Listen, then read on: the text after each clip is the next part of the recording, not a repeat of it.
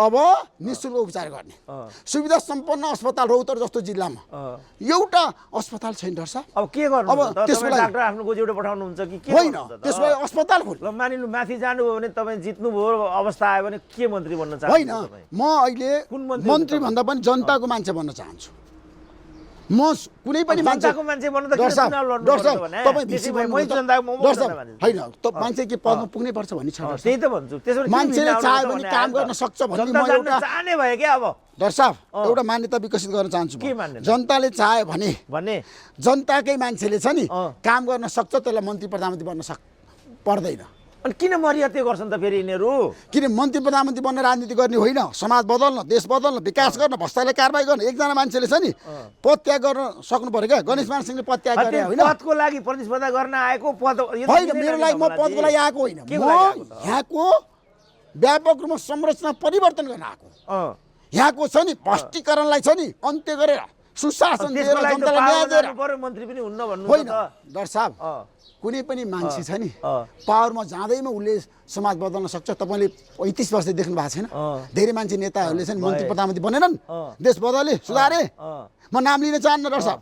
त्यसैले ऋषि धमलाले बिना पद पनि यो समाजलाई, यो देशलाई रूपान्तरण गर्न सक्छ, बदल्न सक्छ। कसरी? हाउ चाहियो एउटा सांसदले छ नि ऐन कानुन बनाउँछ, संसदमा गएर शिक्षामा, स्वास्थ्यमा सुधार, रोजगारीमा जस्तो आज वैदेशिक रोजगारीमा मान्छेहरू गए कसरी जस्तो तपाईँलाई थाहा छ कल कारखाना खोल्नु, फ्याक्ट्री उद्योग भन्दा जस्तो एउटा श्रीराम सुगर मिल बन्द भएको 8 वर्ष भयो रौतहटमा। म त्यो सुगर मिललाई जसरी पनि सञ्चालन गर्छु। कसरी? जसरी पनि भनेर किनभने होइन मेरो योजना छ के छ ल भन्नु? कसरी सञ्चालन गर्छु भने म चुनाव जितेर गइसकेपछि पहिलो पटक म छलफल गर्छु, सबै पोलिटिकल पार्टीलाई बोलाउँछु, सबै पोलिटिकल पार्टीको नेतालाई बोलाउँछु। श्रीराम सुगर होइन डाक्टर साहब, एकजना व्यक्तिले चाह्यो भने असम्भव छैन। डाक्टर साहब पहिला बिपी कोइरालाले पनि त पार्टी खोल्दा के थियो र? केही थियो र? प्रचण्डले पनि त सशक्त द्वन्द्व गर्दाखेरि 4वटा जिल्लाबाट सुरु गरे होइन र? होइन, राष्ट्रिय स्वतन्त्र पार्टीले पनि पहिला छ नि चुनावमा जाँदाखेरि 21 जिते होइन र? मेरो भनाइ कहाँनिर भन्दाखेरि नयाँ शक्ति, पुराना शक्ति होइन, जति छ सबलाई म मिलाउन सक्छु। मिलाएर देशको विकासमा उनीहरूलाई सहमति गराउँछु, राष्ट्रिय सहमति।